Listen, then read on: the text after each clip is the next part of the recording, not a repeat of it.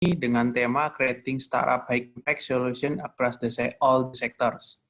Di sini juga sudah hadir Bapak Nikodemus Winata sebagai Division Head dari Business Expansion MRT Jakarta dan Bapak Victor Lesmana sebagai pembicara kita nanti. Saya akan ingatkan kepada teman-teman yang lain juga yang ada di sini, seperti biasa, mungkin ada beberapa yang sudah mengikuti kegiatan MRT Jaksel Talkshow yang kelima. Tolong di-mute untuk semua audionya agar tidak ada kebocoran, dan apabila nanti ada pertanyaan, silakan memberi pertanyaannya melalui chat yang ada di dalam Zoom meeting ini. Jadi nanti akan kita pilih dan akan kita ambil mana aja yang sesuai dengan tema dan akan kita diskusikan bersama dengan Bapak Niko dan Bapak Victor. Untuk mempersingkat waktu, mari kita dengarkan pembukaan dari Bapak Nikodemus Winata selaku Division Head dari Business Expansion MRT Jakarta. Silakan, Pak. Oke, thanks, JB. Victornya mana ya? Victor sih udah di sini sih. Bentar ya, aku sebentar dia. Oh, there you go. Sudah ada, Pak. Oh, ini keren. Oke, Vic. Oke, sorry, gue baru lihat. Oke, thank you semuanya yang sudah menghadiri MRT Jaksel Talk ini.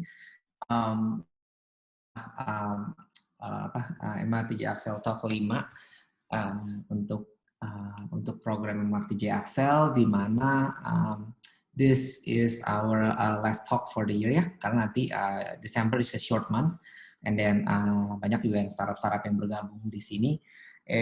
Bakal sibuk banget nih integrasinya karena udah mepet sampai Januari kita terakhir nanti. MRT Jaksel is a 6-month program. Buat yang nggak tahu, mungkin pada tahu semuanya ya. Jadi di MRT Jaksel ini kita bakal collaborate with startup to create innovative product and service. Jadi end goal-nya buat commercializing together. Kita juga punya mentors dari experience founder, VC, dan corporates juga ya, help startup integration process. Nah, di sini mentor-mentornya itu adalah sebagai mungkin untuk membantu ya kalau ada KPI atau segala macam, atau untuk talk ya sekarang. Dari kemarin mungkin yang talknya itu kita udah punya beberapa. Dari pertama Mas Asto dari corporate, terus Mas Asto dari Jojonomics, terus kita punya Pak Joni dari OLX, terus kita juga ada Pak Donald Wiharja dari MDA Ventures, terakhir Andrew Tanyono dari Kita Kitchen. Sekarang kita mendatangkan ini orang yang dari corporate, Victor, which is my friend. Sebelum saya introduce Victor, mungkin saya mungkin give a little bit, talk a little bit about, let me talk a little bit about kemarin apa sih diskusi kita dengan Pak Andrew. Andrew sih sebenarnya kan dari startup ya, jadi dia punya tema waktu itu creating a startup vision and goal, buat profitable and giving positive impact to society. Ada beberapa hal sih di sini untuk Andrew ya, sebagai seorang founder ya, yang dia memang biasa. Andrew dari create-nya tuh, Andrew adalah dulu Pak Joni pernah bilang kan ya, tipe orang kayak gimana nih, apakah kamu 0 to 1 atau 1 to 100? Andrew tuh lebih kayak 0 to 1 sebenarnya orangnya, maybe 1 to 100 dia bisa gitu, jadi lebih create something yang ada dari ada. Nah, menurut dia sih sebenarnya ya, in order to giving impact ya, jadi untuk gimana sih startup itu sebenarnya, startup itu mesti understand the issues and come up with right solutions. Dia kasih contoh waktu lewat Kita Kitchen ya, isunya tuh mana orang-orang tuh, ini kan Kita Kitchen adalah cloud kitchen ya, untuk orang-orang targetnya lebih ke orang-orang F&B gitu. Nah, untuk membuka sebuah restoran itu kadang-kadang orang punya limited capex dan opex, terus market uncertainty itu, kalau udah buka sewa ruko misalkan, itu semuanya gimana nih kalau nggak laku ya, udah sewa 2 tahun, terus shifted customer behavior, customer suka apa enggak, kadang-kadang orang suka bubble tea, kadang-kadang udah selesai ya udah gitu, ntar suka kopi udah kelar udah gitu ya. Terus banyak idle time, expenses, inefficient kalau orang mau ada tempat-tempatnya lokasinya nggak efisien pick up point-nya. Kalau bisa diantar, long delivery time ya, terus reduce food quality. Jadi apa yang Andrew pikir sebenarnya lebih kayak low investment ya. Jadi dengan cloud kitchen ini ada satu tempat yang dia buat. Actually saya juga pernah ke tempatnya, itu sangat bagus, it's very good and very professional managed ya. Jadi orang-orang bisa ke sana dengan bayar sewa per bulan yang pretty low gitu ya. Jadi low investment. Terus dia bisa lihat lokasi-lokasinya udah optimize, yang range range-nya dia udah atur, dan lokasi itu bisa range-nya kemana aja, dan untuk faster delivery. Hal yang kedua yang si Andrew bilang juga mistakes are inevitable gitu ya. Mistakes are part of the startups. Jadi waktu kita kitchen juga dia juga he made couple mistakes itu dan he learn how to fix it and then fix it really quick gitu. Jadi yang dia did misalnya create kitchen tab-nya kan perlu berapa gede size-nya ya. Terus various cold storage-nya gimana itu kan masih perlu belajar ya. Terus mereka belajar bahwa kitchen tabs and size are not suitable for kitchen operation. Jadi beberapa kitchen tabs itu tuh berbeda untuk setiap kebutuhan restoran ya. Jadi dia yang tadinya sedianya terlalu banyak size dia reduce, terus ya gitu ada yang certain cold storage create more waste gitu, cold storage-nya juga replace certain cold storage to avoid waste and bring more inventory efficiency. Satu hal yang Andrew mention di sini, collaboration is a gateway to uncharted opportunity ya. Partnership between corporate company and startup is a way to forward to long-term sustainability. Jadi emang at the end of the day, startup-startupnya yang tumbuh yang seperti kalian ini ya, yang sudah apalagi yang sudah besar-besar ya. You guys try to solve problem, and sarana yang problem itu adalah ada di corporate. Nah, di mana corporate ini bisa menyediakan semua ekosistemnya, membuat kayak seperti MRT ya, kalian masuk, kalian lihat problem kita apa atau opportunity-nya apa, yang bisa untuk membangun kedua pihak agar lebih bisa lebih besar lagi gitu. I need to look at my notes here. Kayaknya untuk Andrew itu mungkin saya langsung masuk aja nih ya. I want to introduce my friend here. Basically, introduce my friend Victor. Ya, Victor adalah dia dari Director of Payment, Fintech, Logistik, Virtual Product Bukalapak. Banyak banget title-nya lah, basically untuk Victor ini. And he's going to discuss about creating startups high impact and solution across all sector. Mungkin saya bisa let me share a little bit how did I meet Victor ya. Victor itu waktu itu I met him a long time ago when we still work at IBM waktu itu. IBM di Singapura pernah. Let me tell you, Victor is waktu itu one of the youngest person yang dipromote waktu itu jadi manager waktu itu because he's really smart. Perjalanan Victor juga you can check his LinkedIn. Tapi dari from the youngest manager waktu itu di IBM, move back ke consulting ke BCG, and then dia become the head of Intercontinental Hotel di Indonesia sebelum dia pindah ke Bukalapak nih, jadi Director of Payment Fintech and stuff. Jadi untuk hari ini Victor will talk about share experience about Bukalapak ya, how Bukalapak is always creating and developing new features that offers breakthrough solution ya. Contohnya ada Bukasen, Buka Rumah, Buka Cicilan, Buka Emas, and so on. Jadi, and he also talk about his perspective about increasing competitive market, and how Bukalapak will overcome that, the competitive market and convert it as an opportunity, yeah. And then he'll maybe talk a little bit about how the COVID-19 affect Bukalapak, and so on. I think itu aja dari saya. Without further ado. Let me give the stage to Victor. Maybe Victor, you can start. You want to share your slide, or how do you want to do it, Vic? Up to you. You can use my slide or your slide. Which one is easier? JB, apa kamu share slide-nya Pak Victor? Nanti kamu bantu itu, JB. Boleh Pak, boleh. Bentar, kita siapin dulu Pak. Ya.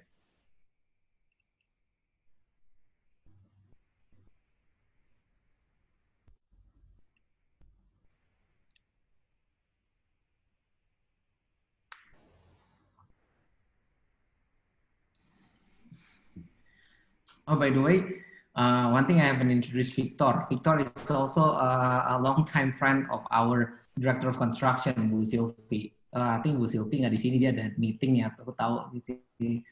But yeah, she said say hi to you. Thank you. Yeah. We chat as well several days ago sama Sylvie. Oh ya, udah ya kemarin. I told her that you gotta help me with this emergency talk.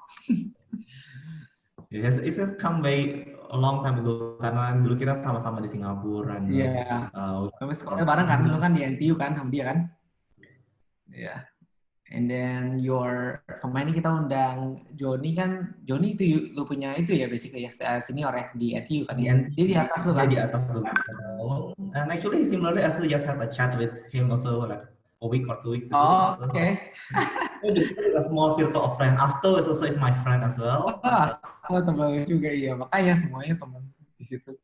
It's a small world, I guess. Yeah, small world man. Udah Jap. Actually, why don't so that I understand because you want to allow actually questions and answer, right? That is, I understand you want to make sure that people actually have time. So actually, I don't mind actually to get started without slides first, and then after that, then I can just show what is the necessary slides. Yes, so that I think so. We already have 20 over people over here. Oh, here you have the slides ready. So, ya udah, langsung aja mulai. Okay, thank you so much first Nico for inviting. Definitely is suatu kesempatan yang saya sangat menghargai kesempatan diberikan dari MRT Jakarta dan untuk bisa hadir di sesi ini untuk sharing juga dengan rekan-rekan sesama di startup ataupun di teknologi. Semoga sesi ini juga bisa nanti berguna. Untuk hari ini saya akan share lebih sedikit mengenai bagaimana sih filosofi atau approach dari Bukalapak dalam kita menciptakan suatu produk-produk atau solusi yang kita harapkan bisa membantu a real problem in the society maupun juga bisa membawa positive impact di masyarakat. Namun juga tentunya ya kalau kita bicara bisnis tentu semuanya harus cuan ya. How do we actually make money out of it as well. Jadi di sini semoga ini juga sharing ini bisa menjadi suatu sama-sama pembelajaran untuk baik dari learning baik maupun juga kesalahan-kesalahan yang mungkin kita pernah lakukan sebelumnya. Namun sebelum saya ke sana, saya akan sedikit take a step back, mungkin bisa ke slide selanjutnya. Itu sebenarnya untuk sedikit konteks yang mengilhami approach kita terhadap product development. Jadi kalau di slide halaman 2, mungkin untuk hostnya bisa dibantu. Oke, kalau kita lihat dari Indonesia sendiri, kalau kita lihat dari digital landscape-nya, sebagai konteks kita punya 270 juta orang, kemudian dari 270 juta penduduk tersebut saat ini yang sudah memiliki 175 juta, ada 175 yang sudah menggunakan internet atau terhubung koneksinya. Dan kalau kita lihat dari growth-nya itu sendiri, ekonomi digital ekonomi di Indonesia sendiri sudah berkembang sangat pesat di dalam 6 tahun terakhir sejak tahun 2015, di mana on average itu growth-nya itu bisa dibilang hampir 50% setiap tahunnya, sehingga by this year di 2020 ini dari the latest report dari Google, Bain dan Temasek itu mengestimasi bahwa total digital landscape atau ekonomi di Indonesia itu di sekitar 44 billion US dollar. Dan kalau kita lihat breakdown-nya untuk ke halaman selanjutnya, kalau kita breakdown dari 44 billion ini, dan memang kita lihat di 2020 itu menjadi suatu tahun yang unik karena kita ini ada pandemi dan lainnya. Dan growth paling besar itu terjadi di namanya industri e-commerce, di mana yang growth-nya itu lebih dari 50%, dan sekarang ini e-commerce ini sudah 70% dari total internet ekonomi yang ada di Indonesia. Karena ada beberapa yang lainnya, rekan-rekan yang di sektor yang lainnya mungkin mengalami efek yang tidak sepositif di sektor e-commerce. Jadi kalau kita lihat sendiri sejak dari awal internet ekonomi itu di measure di tahun 2015 itu sudah growing 16 kali. Namun kalau kita lihat sendiri dari potensinya, sebenarnya e-commerce transaction yang ada di Indonesia itu sebenarnya masih sangat kecil, di mana itu masih di bawah dari 10% dari total transaksi retail yang ada di Indonesia. Dan kalau kita halaman selanjutnya, dan kalau kita mau mencari tahu kenapa, apa sebenarnya yang membuat commerce di Indonesia itu tidak bisa berkembang misalnya secepat misalnya di negara lain yang lebih maju, apakah itu Singapura atau China atau bahkan tentu kalau kita bandingkan dengan seperti misalnya di Amerika Serikat, tentu ada beberapa faktor. Yang pertama kita lihat dari sisi capital. Kalau kita lihat memang di Indonesia ini distribusi capital ini masih belum merata, di mana masih banyak terfokus di kota-kota besar, sehingga di berbagai daerah di tier 2, di tier 3 cities itu akses ke kapital itu masih sangat sulit, sehingga untuk bisa berpartisipasi dalam digital commerce itu masih mengalami hambatan. Kedua, kalau kita lihat dari sisi infrastruktur, apakah itu dari sisi infrastruktur telekomunikasi ataupun logistik atau bahkan hardware, bukan hardware seperti jalan gitu, hard infrastructure itself itu sendiri masih belum merata juga, di mana masih banyak daerah yang memang walaupun mungkin sudah ada sinyal telepon atau mobile phone, namun akses ke teknologinya sendiri atau komputer atau laptop juga masih terbatas. Dan tentu yang satu hal yang juga penting itu adalah financial inclusion. Dimana kalau kita lihat untuk membuat supaya orang itu bisa berpartisipasi di dalam digital commerce itu tentu membutuhkan semacam cara untuk bertransaksi, dan itu membutuhkan akses apakah itu ke banking ataupun kepada tools yang lainnya yang seperti e-money, dan itu kita lihat financial inclusion di Indonesia itu di luar kota-kota besar masih cukup rendah karena yang masih lebih dari 50% itu masih non-bank atau masih underbanked. Jadi problem yang kita lihat di sini adalah bagaimana kita bisa membawa fair commerce to everyone. Itu adalah suatu problem statement yang kita lihat. Kalau kita ke halaman selanjutnya, oke, di sini dan bagaimana cara kita melihat ekosistem kita sebagai suatu company, apa sih sebenarnya kalau yang kita punya sebagai aset? Kalau kita melihatnya kita ada two-in-one platform or approach untuk membantu kita menghilangkan barrier-barrier tadi.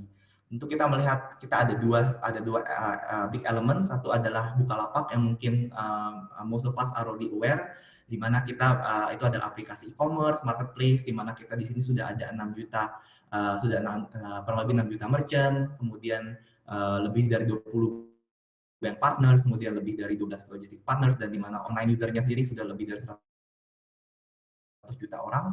Namun kita juga sebenarnya mempunyai another arm yang sebenarnya menurut kita sangat powerful dan growing, sebenarnya sangat cepat di dalam beberapa tahun terakhir, itu Mitra Bukalapak. Mitra Bukalapak itu adalah individual atau warung-warung yang kita jadikan partner untuk supaya mereka bisa mendapatkan penghasilan lebih maupun juga bisa menjangkau masyarakat di sekitarnya yang saat ini belum terjangkau oleh commerce. Karena kalau kita lihat di banyak daerah, warung itu seperti kayak center of society, di mana orang-orang itu kalau mau beli barang ke sana, mau ngutang ke sana, warung itu jadi kayak tempat di mana orang-orang itu biasanya berkumpul, dan dia itu dikenal semua orang, dan si pemilik warung itu sendiri juga kemungkinan besar itu mengenal hampir semua orang yang ada di lingkungannya. Dan cara kita membantu mereka bagaimana adalah kita mengconnect mereka dengan producers to wholesalers untuk membantu menyediakan barang-barang FMCG seperti shampoo, odol, mineral water, atau instant noodle, sehingga mereka bisa mendapatkan harga lebih murah dan lebih cepat, sehingga mereka bisa stoknya itu nggak harus menyetok banyak-banyak dan bisa menjual kepada end user sesuai dengan apa yang kurang lebih in demand. Dan kalau kita lihat saat ini dari sisi warung dan individual agents, kita ada 6 juta orang atau 6 juta warung, dan ini yang terbesar by far compared to the other players. Dan kalau kita lihat, kalau setiap warung itu on average let's say serve itu misalnya 10 orang aja, itu kita bisa, mereka sebenarnya sudah menjangkau 60 juta orang yang saat ini mungkin belum masuk ke dalam ekosistem digital atau ekosistem Bukalapak. Dan user-usernya itu memang kebanyakan adalah low income individuals. Nah, dari sini kemudian kita ke halaman selanjutnya, tolong. Dari situ kemudian kita melihat dari permasalahan yang ada dan juga dari apa yang kita punya, kita meng-craft mission ini ya, yang kita juga launch juga di awal tahun itu, bagaimana kita bisa menciptakan a fair economy for all. Jadi itu akan menjadi suatu backdrop yang istilahnya membantu kita untuk memprioritaskan maupun juga melihat solusi-solusi apa yang sesuai. Dan dimaksud dengan fair economy for all ini ya bukan hanya SME atau bukan hanya company besar, namun juga ini pada semua spektrum, sehingga di sini Bukalapak tidak mengkotakkan atau mengkhususkan kita hanya untuk certain segments, misalnya hanya untuk segmen yang di kota besar, atau mungkin kita bilang oh kita hanya mau fokus di segmen yang kecil, karena kita merasa ini adalah bagaimana kita bisa menciptakan fair economy for all sehingga bisa menjangkau berbagai macam segmen yang ada di masyarakat kita. Nah, selanjutnya, oke. Di ini adalah kalau kita lihat di sendiri ada secara deep dive sedikit, di mana kita di aplikasi Bukalapak sendiri kita ada di marketplace itu ada 2 tipe produk, di mana ada physical product dan virtual products. Virtual products itu adalah produk-produk yang dijual baik itu oleh SMEs, di mana itu adalah C2C langsung daripada masyarakat langsung pada si end users ataupun brand. Jadi kita juga tidak malu untuk bekerja sama dengan misalnya Unilever atau misalnya dengan Wings atau dengan grup-grup besar untuk untuk bisa menyediakan produk-produknya. Jadi baik dari segala macam segmen maupun juga dari filter produk. Kalau kita lihat produk virtual kita ini juga sudah sangat banyak, sudah lebih dari 35 saat ini, mulai dari pulsa, kemudian mulai dari paket data, game voucher, token listrik, tagihan, pembayaran angsuran, bayar pajak, atau untuk bisa juga recently kita launch juga ada buka rumah misalnya untuk orang membeli rumah atau buka mobil untuk membeli mobil dan motor. Jadi itu produk-produknya sendiri memang sangat banyak karena kita melihat bahwa ini suatu saling komplementer di mana banyak user biasanya itu user itu pertama kali untuk masuk ke dalam suatu ekosistem digital itu dimulai dari produk virtual karena siapa sih nggak butuh pulsa, pasti kan pertama kali yang biasanya itu beli pulsa atau bayar listrik. Kemudian dari situ setelah mereka terbiasa, mereka baru mulai masuk ke dalam physical product atau seperti tadi physical goods tadi. Untuk slide selanjutnya. Nah, ini yang saya tadi sebutkan di awal adalah online to offline atau mitra Bukalapak, di mana kita ingin mengenable warung tadi. Memang di sana kita awalnya itu mulai dengan produk virtual, namun setelah itu kita kembangkan dengan produk physical juga. Dan selanjutnya yang recently yang kita sudah launch di dalam 1 tahun terakhir ini adalah produk finansial, di mana kita mau menjadikan mitra-mitra Bukalapak ini sebagai agen untuk bisa tadi financial inclusion untuk sehingga dengan adanya si agen ini bisa kebayang visinya itu the future is limitless, di mana agen itu bisa menjadi atau mitra Bukalapak bisa menjadi perpanjangan dari bank atau financial institutions. Misalnya sekarang saat ini yang sudah ada di mana di mitra Bukalapak itu sudah bisa untuk melakukan transfer pengiriman uang, atau bisa juga kemudian nanti ada bisa untuk melakukan top up e-money, kemudian juga bisa untuk penjualan asuransi. Hal-hal seperti ini kita melihat di mana ini menjadi suatu cara untuk bisa meningkatkan kehidupan dari si pemilik warung tadi, dan secara tidak langsung juga membantu mengedukasi user-user bahwa ternyata produk-produk seperti ini itu sangat terjangkau dan sangat mudah untuk bisa didapatkan. Kemudian selanjutnya, oke. Nah, bagaimana cara kita dengan melihat suatu permasalahan tadi untuk bisa come out with different products yang kemudian kita bisa launch ke market. Di dalam Bukalapak sendiri kita mempunyai suatu framework yang kita sebut dengan NWOW. NWOW itu singkatan dari New Ways of Working. Jadi ini memang sesuatu yang kita sudah coba di dalam 2-3 tahun terakhir. Kalau sebelumnya itu cara kita namanya startup itu kebanyakan adalah mungkin foundernya atau mungkin leader di sana punya ide. Kemudian dari ide itu, I think this is great, let's start to do it. Kemudian dari situ ide itu diminta, product manager, can you please translate my ideas into a product? Product manager come in, kemudian berdasarkan visi dari si founder atau dari si senior management tadi, kemudian membuat spesifikasinya, produknya seperti apa, kemudian setelah itu, engineers tolong buat produk ini. Setelah itu produk itu dibuat, setelah itu di launch, marketing masuk, kemudian ada tim data untuk menganalisis. Di mana itu kebanyakan dari banyak companies itu termasuk Bukalapak di awalnya menggunakan approach seperti itu. Namun kita melihat bahwa approach tadi itu banyak memiliki suatu kelemahan karena seringkali itu seperti melakukan betting, di mana kadang-kadang if that works great, tapi kalau nggak berhasil gimana? Sometimes itu dimulai dengan visi yang besar dari foundernya atau mungkin dari CEO-nya, tapi kan kadang-kadang it might not work. Jadi dengan menggunakan New Ways of Working ini yang diharapkan adalah beberapa hal tadi. Satu adalah fokus on user outcome, di mana the first thing sebelum kita membuat suatu produk adalah dengan understanding dulu apa sih sebenarnya user needs dan outcome mau dicapai. Kemudian berikutnya ada diverse co-creation, di mana untuk suatu produk itu sebelum bahkan masuk ke dalam tahap development, di mana di dalam discovery pun semua pihak yang terkait mulai dari tim data, tim marketing, tim research, tim product, engineering, tim bisnis, semuanya itu saling dilibatkan sehingga kita mempunyai holistic approach dan terjadi kolaborasi bahkan dari awal, sehingga dari marketing mereka udah kebayang ternyata produknya seperti ini. Jadi dari awal mereka sudah bisa membayangkan apa sih nilai jual dari atau advantage dari produk ini sehingga bisa dibuat marketing strategi efektif. Atau mungkin ada insight dari marketing juga bilang, oh kalau produknya seperti ini kemungkinan akan susah untuk user kita. Jadi all these inputs are being gathered upfront. Kemudian fail, keep, and learn. Di sini juga suatu hal yang sering kita lakukan adalah kita melakukan sesuatu adalah untuk membuat suatu produk tidak harus menunggu semuanya lengkap. Seringkali kita harus mencoba sesuatu dulu, buat sesuatu yang memang paling nggak sudah MVP yang sudah bisa dicoba di tes di market. Kalau misalnya tidak berhasil, we fail, it's okay, it's cheap karena masih belum investasinya mungkin belum terlalu banyak dan belajar dari situ.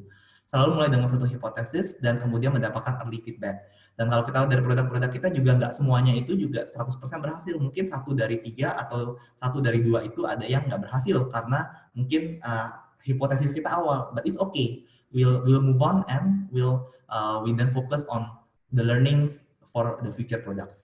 Dan tentu juga nothing is free. Jadi kita juga sadar bahwa untuk setiap perubahan itu akan membutuhkan effort yang tinggi. Sehingga kalau misalnya kita membuat sesuatu dari awal sudah salah dengan asumsi yang salah, mungkin seringkali kita harus mengubah, melakukan banyak shortcut di awal, itu nanti akan mengakibatkan itu di belakangnya complexity yang jauh lebih besar.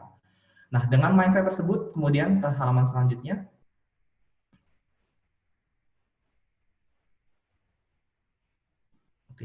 Oke, selanjutnya ini adalah framework kita gunakan di dalam discovery phase tadi, di mana kita observe, align, dan kemudian kita create. Jadi adalah kita ada semacam suatu kayak step-step ya dan template-template yang juga kita gunakan untuk bagaimana kita bisa mengobserve apa sih sebenarnya user problem sehingga kita bisa juga mendeliver outcome yang memang berguna. Dan kalau kita observe, contoh ke halaman selanjutnya. Suatu hal yang sering kita lakukan adalah, oke, ini benefitnya, ini adalah supaya kita bisa menjadi lebih cepat, kemudian juga mengerti user ini lebih baik, kemudian human centered outcome, bisa kemungkinan untuk mencapai bisnis objektifnya juga bisa lebih baik, kemungkinan besar apakah itu revenue, atau GMV, atau user, dan juga kita bisa mempunyai estimasi yang lebih baik dari development cost. Jadi seringkali suatu hal yang sering terjadi di dalam development proses adalah kita bilang, oh ya mungkin ini 2 sprint selesai, atau 3 sprint selesai, tapi seringkali karena kita belum mengerti apa sih yang mau dibuat dan belum align tadi, akibatnya ternyata oh ini ternyata kurang ini atau kurang itu, sehingga proyeknya itu akan mundur atau akan molor. Nah, kalau kita selanjutnya itu halaman selanjutnya. Oke.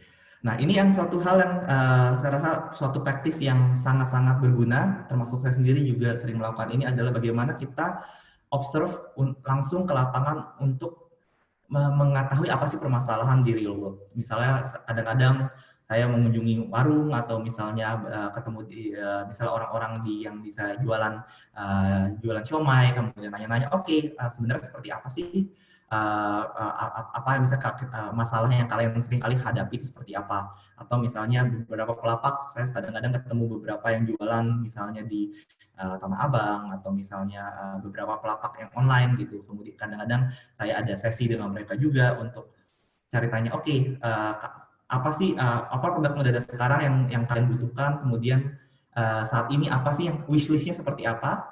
Walaupun mungkin wishlist itu belum bisa dipenuhi secara langsung, namun itu membantu kita untuk membuat hipotesis tadi yang bisa kita gunakan untuk langkah selanjutnya.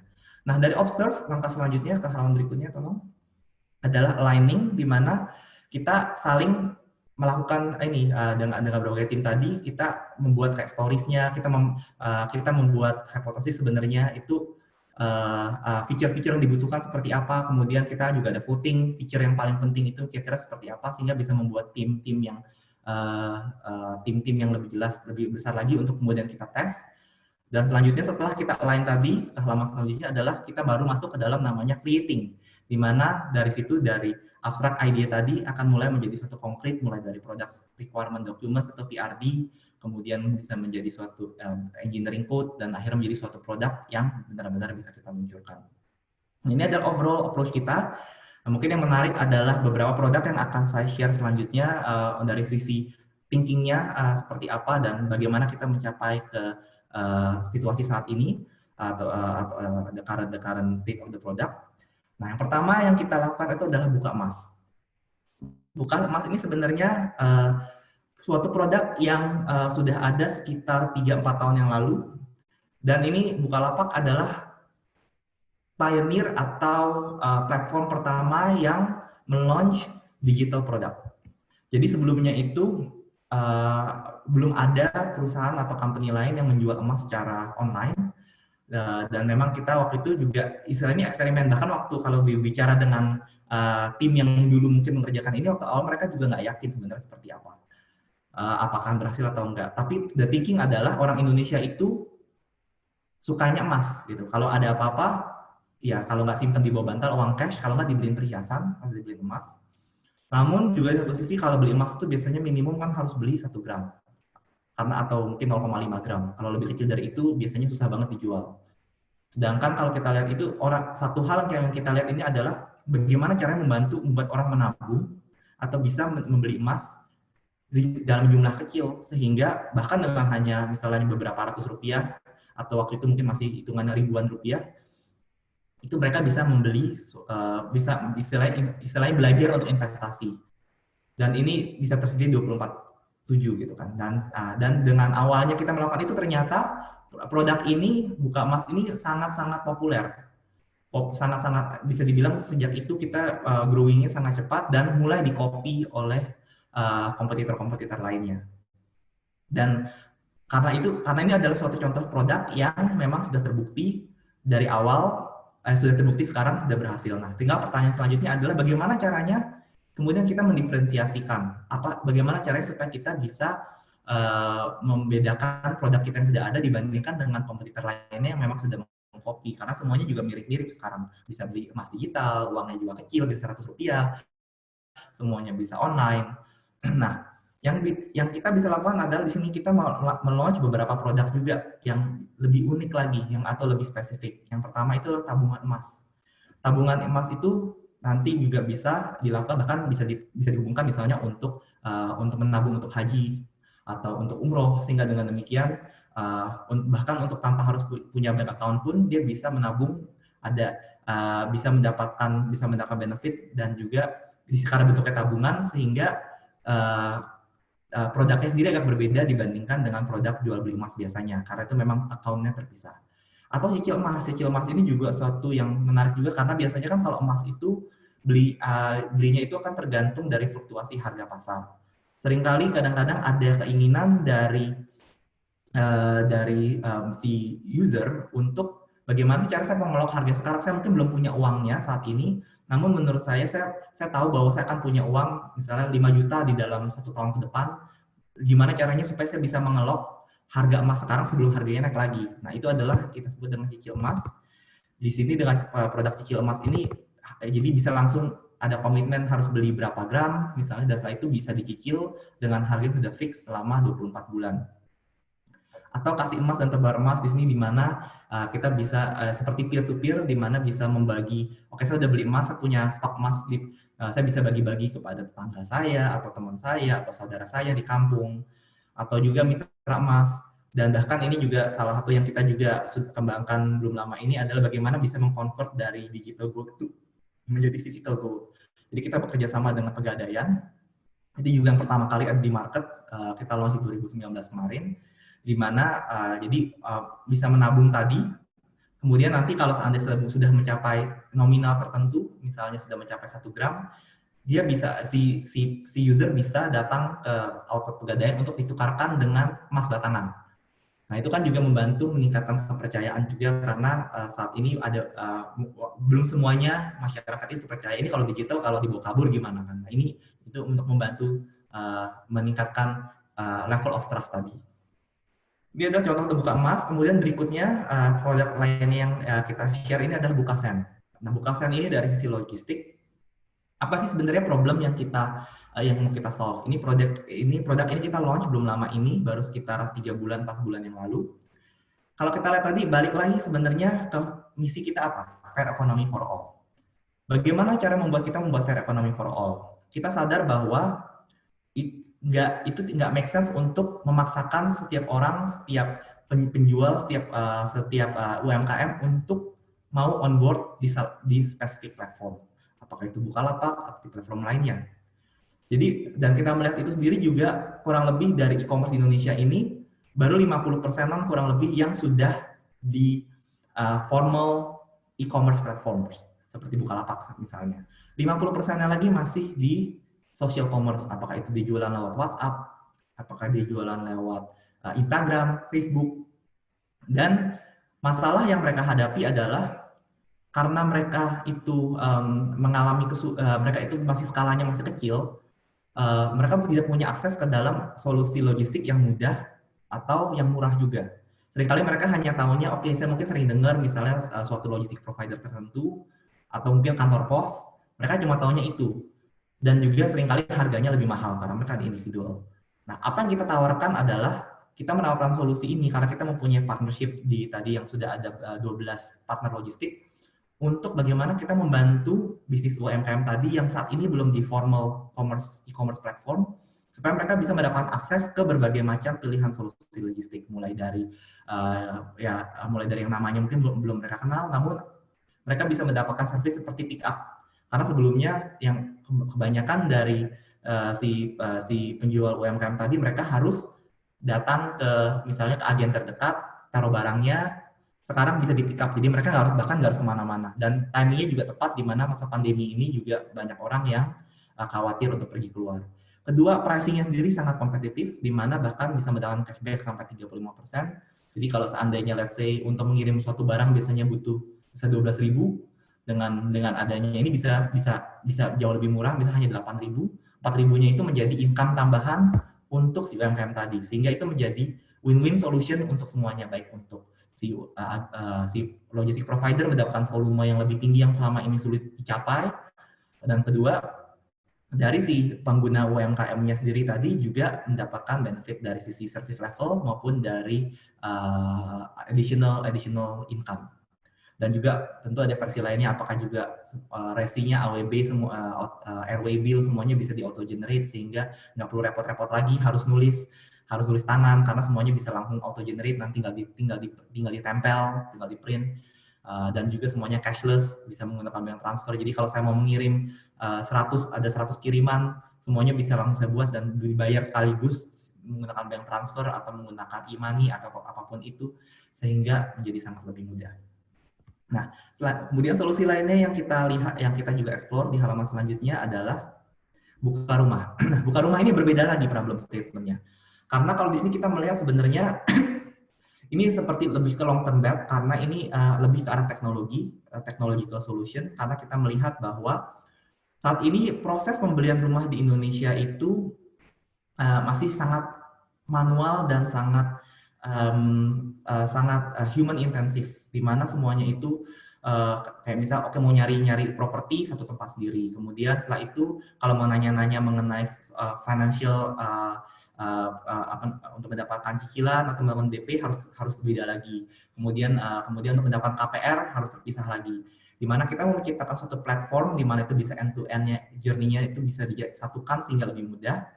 Dan kita melihat juga di mana dengan demographic bonus yang kita punya sekarang di Indonesia, di banyak banget milenial atau yang saat ini di usia produktif 20-30-an tahun yang sebenarnya ini mulai ingin membeli rumah.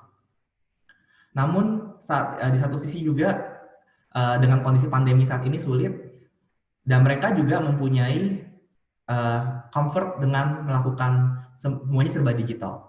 Jadi kita melihat ada opportunity di sini yang sangat-sangat menarik untuk dieksplor. Kita mengerti bahwa ini akan suatu proyek yang jangka panjang, yang nggak akan bisa dalam 1 tahun langsung hasilnya akan meledak. Tapi kita merasa bahwa dengan menjadi pioneer ini, kita akan bisa membantu edukasi bahwa sebenarnya untuk membeli rumah, untuk membeli aset itu sebenarnya tidak sulit, dan technologically kita sudah sediakan solusinya.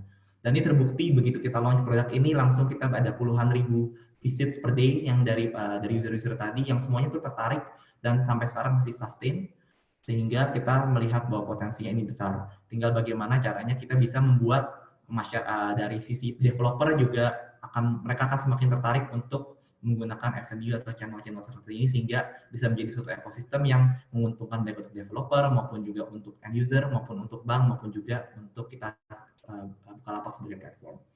Selanjutnya Untuk produk selanjutnya adalah Bukareksa. Nah, Bukareksa ini juga another new, ini adalah sesuatu yang baru kita launch bulan lalu, di bulan inklusi keuangan OJK. Kita juga pertama kali memulai ini di tahun 2018. Di sini awalnya itu juga kita melihat reksadana itu produk yang orang bilang itu untuk orang kaya kayak gitu. Karena sekali beli minimum harus berapa ratus ribu, kemudian juga produknya kompleks, harus di bank, dan itu kayaknya KYC-nya itu banyak banget. Nah, Bukareksa ini kita luncurkan di awal 2018. Tujuannya itu adalah bagaimana kita bisa membuat produk reksadana itu menjadi sesuatu yang terjangkau dan achievable, dan membantu mengedukasi bahwa ini adalah salah satu bentuk investasi selain tabungan yang bisa dieksplor. Nah, sekarang juga sama juga, kalau kita perkembangannya juga sangat pesat, sehingga di dalam Bukareksa ini sendiri berdasarkan data-data yang kita punya, bisa dibilang di luar bank ini kita bisa dibilang mungkin bisa yang terbesar sebagai agen pengedar, sebagai penjual atau distributor dari reksadana, khususnya reksadana syariah, dan itu membuat kita itu karena keberhasilan kita juga mulai di copy dan juga dari banyak company-company lain yang juga mulai melakukan hal-hal yang serupa. Nah, bagaimana caranya kita mendiferensiasikan ini lagi nih? Nah, balik lagi ke DNA Bukalapak sebagai inovator dan juga pioneer dari e-commerce, maka ini kita juga menjadi company pertama yang mendapatkan izin sebagai agen penjual reksadana atau APERT, dan ini belum ada, kita saat ini satu-satunya, belum ada perusahaan lain yang memiliki license ini, dan benefitnya itu akan sangat banyak. Misalnya nanti bisa ada produk namanya bisa beli tanpa registrasi. Jadi selama ini kan kalau kita namanya mau beli reksadana harus registrasi dulu. Habis registrasi harus nunggu sampai di approve. Habis di approve baru bisa misalnya beli reksadananya. Namun apa yang terjadi adalah kalau kamu beli reksadana itu kan sangat tergantung harga, itu fluktuatif. Kalau harus nunggu 1 minggu atau 3 hari, 4, 5 hari, itu kemungkinan harganya udah berubah, udah keburu nggak jadi deh, saya nggak mau membeli karena terlalu ribet untuk nunggu sampai sekian lama. Nah, dengan adanya solusi ini, bahkan kita bisa bilang, oke, silakan beli dulu. Setelah itu nanti KYC, setelah itu di KYC, kalau nanti jadi kita uangnya kita kayak belikan dulu. Tapi kalau seandainya nanti KYC-nya ditolak, ya kita balikin lagi gitu uangnya. Namun harganya udah di-lock daripada saat dia beli, jadi nggak harus menunggu selama berhari-hari. Atau instant redemption, ini juga solusi pertama yang ada di market, belum ada satupun dimanapun di Indonesia mempunyai solusi ini, di mana baik itu dari bank maupun non-bank, di mana kalau untuk membeli reksadana itu biasanya butuh waktu 7 hari, minimum 3-7 hari untuk cair. Dengan ada instant redemption, kalau saya mau punya reksadana tertentu tadi, saya membeli, kemudian saya mau menjual, pada hari itu juga langsung cair, sehingga uangnya bisa saya gunakan untuk kebutuhan lainnya. Dengan demikian itu akan sangat membantu sekali dari sisi likuiditas, dan juga membantu kepada si user bahwa dia tahu bahwa uangnya nggak akan tertahan lama. Atau juga untuk melakukan goal-based investment dan juga investasiku, di mana seperti tadi dengan adanya kemampuan instant redemption tadi, si user bisa menginvestasi reksadana dan dengan mudah langsung berbelanja tanpa harus repot-repot melewati step yang panjang, harus redeem dulu, nunggu, pindahin ke e-money, kemudian dari e-money tadi berbelanja. Nah, ini adalah contoh solusi yang memang menurut saya sangat inovatif dan bisa mempunyai potensi untuk juga groundbreaking ke depannya untuk financial inclusion tadi. Dan yang terakhir di sini saya mau sedikit highlight aja sebelum saya mengakhiri sesi saya, yaitu di slide selanjutnya.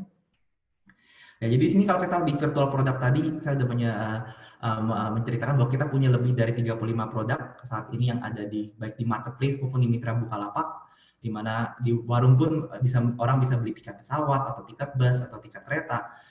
Nah, sebenarnya intinya adalah kolaborasi, dan saya sangat senang melihat bahwa dari MRT Jakarta sendiri melakukan program ini, membuka ekosistemnya untuk berkolaborasi dengan berbagai startup, karena ini adalah menurut saya salah satu kunci untuk bisa sukses juga di market, karena dengan demikian dari platformnya, dalam kasus ini misalnya MRT Jakarta, bisa memberikan suatu one-stop solution yang bermanfaat bagi si end users, dan juga dari startup-startup yang bergabung juga bisa mendapatkan platform untuk distribusi dan visibility yang jauh lebih baik. Jadi saya sangat mengapresiasi effort dari MRT Jakarta ini, dan semoga program ini bisa berhasil. Dan ya demikian dari saya. Untuk selanjutnya saya kembalikan kepada hostnya untuk pertanyaan. Oke, thank you Victor.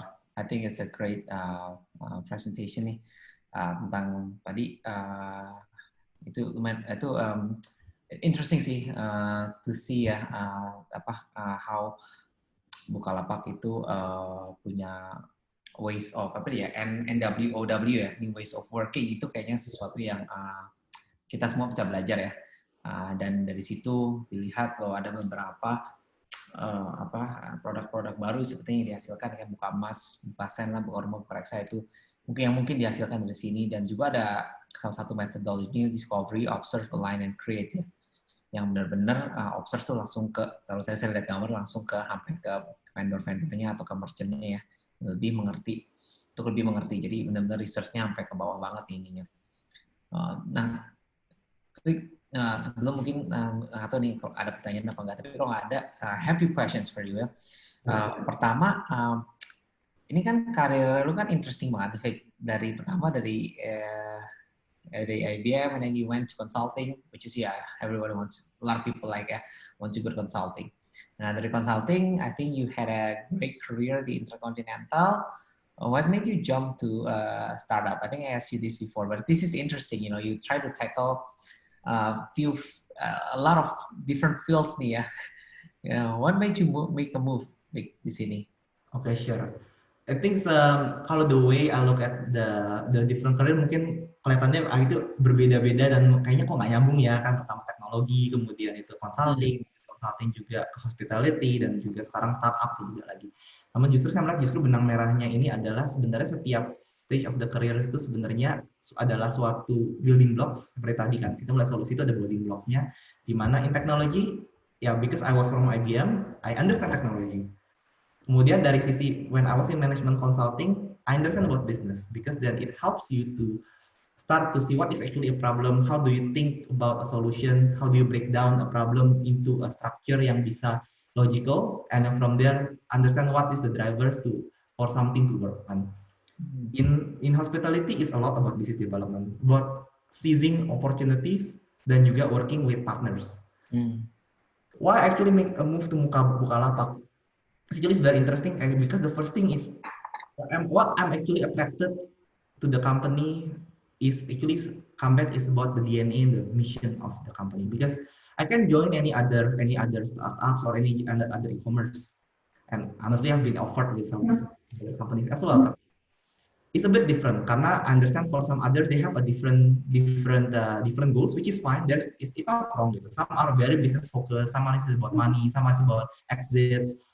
And there's nothing wrong with it. Cuma at the end of the day, what make you to be happy in where you are is if you have actually alignment between your goal and also where the DNA or the mission of the company you're in. Dan salah satu yang kita mungkin kalau Bukalapak sendiri probably is already well known dari awal ya, sangat-sangat pro UMKM banget deh, sangat-sangat istilahnya pro rakyat kecil gitu.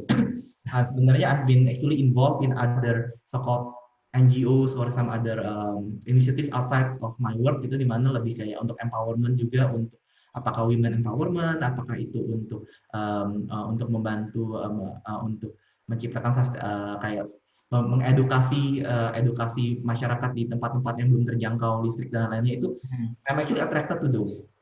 Dan that I see there's actually a match between I will be able to do something here. Bukalapak at that time itu even until now it's like it already has a base, already has a platform yang memang sudah memiliki banyak user, sehingga you can actually with that vision and with my skills I can actually be able to reach out even more people. That's what actually made me interested. Okay, so it's more like the mission vision of the company and what is the company really doing ya. Maksudnya kan Tokopedia kayak Bukalapak missionnya beda ya. Mungkin Bukalapak is more aligned to your vision. Okay, thank you, Vic. I think before I go to the next question, gue udah banyak sih yang kalau, tapi we want to let this audience ya. Yang pertama dari Mas Ivan, ini dari Mas Ivan Tigara dari Notflux. Apa yang dilakukan tim Bukalapak dalam memvalidasi produk to market fit dalam case produk-produk baru dari Bukalapak? Oke. Kita ada beberapa cara dan tentu setiap produk atau setiap yang mau divalidasi itu mungkin akan caranya agak sedikit berbeda. Seperti tadi kan dengan adanya kita immerse langsung ke lapangan, kita mendapatkan hipotesis atau idea buat sebuah produk. Nah, dari situ kemudian kita come out with several teams. Ada beberapa yang mungkin kalau misalnya sifatnya itu kita sudah cukup yakin, mungkin si validasinya akan lebih simple. Mungkin kita cukup validasi dengan mengambil beberapa sampel, kita telepon beberapa merchant atau user, kalau kita punya produk seperti ini, what do you think? Tapi sometimes, especially for newer solutions, we will need to do a little bit more extensive research. Jadi memang di research team kita itu ada yang namanya quantitative research, di mana kita menggunakan email survey misalnya untuk mendapatkan masukan dari ribuan user sekaligus. Jadi sebagai contoh ini ada satu produk yang sebenarnya produk ini sudah digali cukup lama, sudah hampir setahun. Hopefully ya insya Allah moga-moga bisa muncul, bisa kita launch di awal tahun depan. Itu tuh kita itu sudah survei berkali-kali dan untuk dari elemen berbeda-beda sampai 10.000 lebih untuk memvalidasi value proposition-nya, apakah produk ini sebenarnya dibutuhkan oleh masyarakat atau enggak, apakah tertarik untuk menggunakannya. Kalau tertarik itu apa sih yang membuat tertarik, apa fitur-fitur yang membuat itu membuat jadi lebih menarik untuk orang mau menggunakan. Nah, itu untuk kuantitatifnya. Nah, setelah itu kadang-kadang kita juga butuh namanya kualitatif. Jadi kita melakukan namanya in-depth interview survey, in-depth interview, di mana kita mengundang, kalau dulu itu sebelum masa pandemi kita bisa ambil 6 orang, kita undang ke kantor kita untuk ngobrol-ngobrol, kita nanya-nanya, atau kadang-kadang kita kalau udah ada mock up-nya kita kasih beberapa contoh mock up, kita lihat kalau seperti ini gimana, ngerti nggak? Tapi kita cara pertanyaannya bukan tanya ini kita nggak tahu ini seperti apa. Yang kita tanyakan adalah menurut kamu ini artinya apa? Kalau menurut kamu apa yang kamu pencet? Jadi dari situ kita nggak mengarahkan si usernya itu untuk istilahnya, oh iya kalau misalnya ditanya kamu tahu nggak ini tombol next ini untuk apa? Kalau seperti itu mereka sudah mengarahkan ya. Tapi kalau kita mencoba membuatnya se-open mungkin dan kita coba trying to come into the user's mind to understand sebenarnya kalau dikasih seperti ini thinkingnya ini dia itu apa sih pertama kali dilihat, itu dia akan mengartikannya seperti apa, dan dari situ seringkali kita mendapatkan insight-insight yang sangat menarik sih. Ya, dan tentu ada juga kayak misalnya untuk produk yang sudah launch, seringkali kita tentu juga aware bahwa the product definitely will not be perfect. Dari situ kita ada melakukan juga ada follow up survey, atau dari situ kita mengambil sampel-sampel dari mungkin apakah itu dari user yang menggunakan, atau mungkin kadang-kadang dari komplain juga. Dari komplain kita kadang-kadang hubungi juga usernya, terima kasih udah komplain, boleh kita bisa beri masukan lebih lagi untuk produk ini. Itu menurut kita banyak ya, tergantung dari apa yang mau divalidasi dan juga dari stage of the product. I think there are different ways of doing it. Ya, thank you, Vic. Jadi kalau gue dengar emang ada beberapa methodologies ya yang lu gunain ya. Ada emang kalau mau yang buat banyak, ada kuantitatif, emang ada research groupnya yang bakal set survey atau apa. Tapi juga ada orang datang untuk ngelakuin kayak focus group ya. Oke, thank you. Ini sebenarnya thank you, Vic. Ini yang kedua dari Mas Bagus, ini dari Mapit, company-nya Mas Bagus tuh buat geospatial gitulah Mapit ya. Victor, based on your experience, what is the biggest difference working on a big company and startup companies gitu? Tapi as we know, Bukalapak is also big companies. Any different in terms of the working cultures too? Okay. I guess when you say big companies, when you say big or small, mungkin our startup probably is definisinya mungkin nggak bisa terlalu kaku ya, karena kan even we have small companies yang mungkin berlaku agak lebih culture-nya lebih rigid dibandingkan misalnya big companies dan maybe are still agile. Kalau kita lihat perbedaannya antara mungkin big established companies like IBM for example, tentu di sana itu the business are generally more established, they are actually a little bit more process driven. Karena I can understand we are talking about hundreds of thousands employees, we are talking about billions of dollars of revenues and profits. Any small mistakes will cause great impact. Sehingga usually the mindset adalah how do we minimize mistakes? How do we actually try to make sure that everybody's reviewing it, everybody's okay, dan baru kita bilang okay, let's move ahead. Dan di satu sisi membuat jadi decision making dan inovasi menjadi agak lebih pelan, karena bagaimanapun in any innovation, in any new product, there is always a degree of risk and unknown. Bahkan dari sisi kita aja, when we actually launch this Buka Rumah or we launch Bukaset, we don't know how it's going to play out in the next years or the next even the next 3 months or so. Some products are beyond our expectation. It's like we have been every single month I've been like exceeding by X percentage. Some actually is doing okay, but a little bit below expectation, and that's fine. Kalau in general in startups adalah ya, is the ability to move faster dan juga it's the ability to make decisions quickly ya, karena kan it's still small. Cuma mungkin the drawback adalah sometimes a mistake yang mungkin kalau in the big companies it can be tolerated. In the smaller companies itu it can mean life or death gitu. Misalkan mulai dari pemilihan user base atau mulai dari pemilihan apakah sebaiknya harus bisa who to charge, should we charge from the user, should we charge from the other partner, should we use advertising. It might mean a lot of impact, and if you make a small mistake, wrong decision at the beginning, it could mean disaster gitu. Tapi that's part of life of a startup gitu, unfortunately or fortunately gitu, yang memang nggak bisa dipungkiri. Kemudian kalau kita Bukalapak ya mungkin in a way it's still a good balance, even though it has grown big, we still have this DNA of startup it's okay to make failure. It's okay if certain things doesn't work. It's okay shut it down and move on, but at the same time have the benefits of having a pool of capital, at least in certain sense. So we are able to do this experimentation. So I think this is where I think being able to partner with like a big companies like MRT Jakarta is be able to help. That you can actually test quickly and fast before you actually invest a lot of time and effort. And if it doesn't work, fine. Then you can actually try to pivot and do something else. Okay. Thanks, Faye. Jadi Mapit katanya Mas Bagus ini memiliki tool survey yang dapat langsung memetakan respondennya. Mungkin nanti as part of mentorship, Mas Bagus pengen mungkin set up meeting with you, Faye, untuk discuss dia punya product and stuff. So we will schedule meeting dari Mas Bagus with you. Terus gitu dari Pak Anton nih main game. Bangga dengan kerjasama Bukalapak, Pak Victor, turnamen ASEC, buka games, Pak. Doakan kami dengan MRT sukses. Ya, sure. Feel free ya kalau mau ngobrol sama Victor. If you know him personally, I think you can reach out to him. Kalau mau minta dari kita juga, feel free juga. You can do it. I think we almost the end of time. I have some questions, Vic, buat lo nih. Sebenarnya, maybe this is part of itu ya, mungkin kayak everybody's going to have a lot of things to be sold in the app ya, yang tadi lu bilang virtual lah atau physical product lah. Jadi typically gimana sih, just curious ya, dengan banyaknya nanti kan misalkan MRT mau jadi membuat ekosistem juga misalkan, itu gimana sih typically for product ya, typically dengan feature-feature di sana ada banyak banget yang bisa dibeli. How you make sure that di Bukalapak tuh people don't get confused dengan produk apa?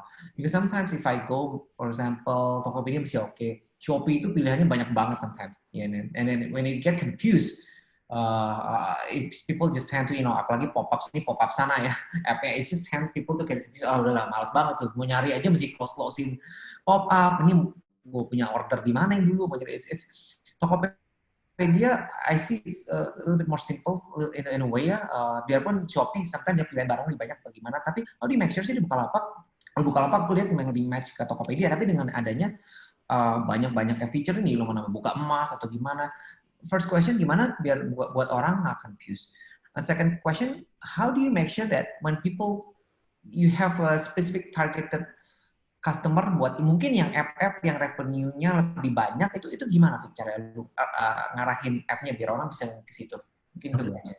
Kalau kita sih ngeliatnya ini, karena kan kita we look at this also as a business kan, and we actually have this framework called AARR, which is acquire and then activate, and then from there becomes revenue, retain, and so on. Basically what we do is first, if you have so many products, the first thing we want to do adalah to make sure we can acquire the users. And how do you actually acquire the users? Is actually through exposure and visibility. And this exposure and visibility ya tentu let's say in this case we have 35 products we have so many things here. We cannot expose everybody at the same time at any point of time. So tentu we have to actually plan it accordingly with our overall strategy. What do you actually want to focus at this point of time? Should we want to focus at the kayak produk-produk yang jelas-jelas kayak kacang goreng kayak pulsa because we want to acquire these users, atau mungkin should we actually karena kebetulan kita lagi misal launchingnya misalnya produk buka rumah ya, probably will expose it for a while, let's say for 2 weeks or for 3 weeks to make sure it's visible and everybody knows about it. Atau mungkin kita sekarang lagi mau menjelang pajak nih, masa-masa orang bayar pajak PBB September Oktober, ya make sure everybody knows about it, we actually expose it more kan.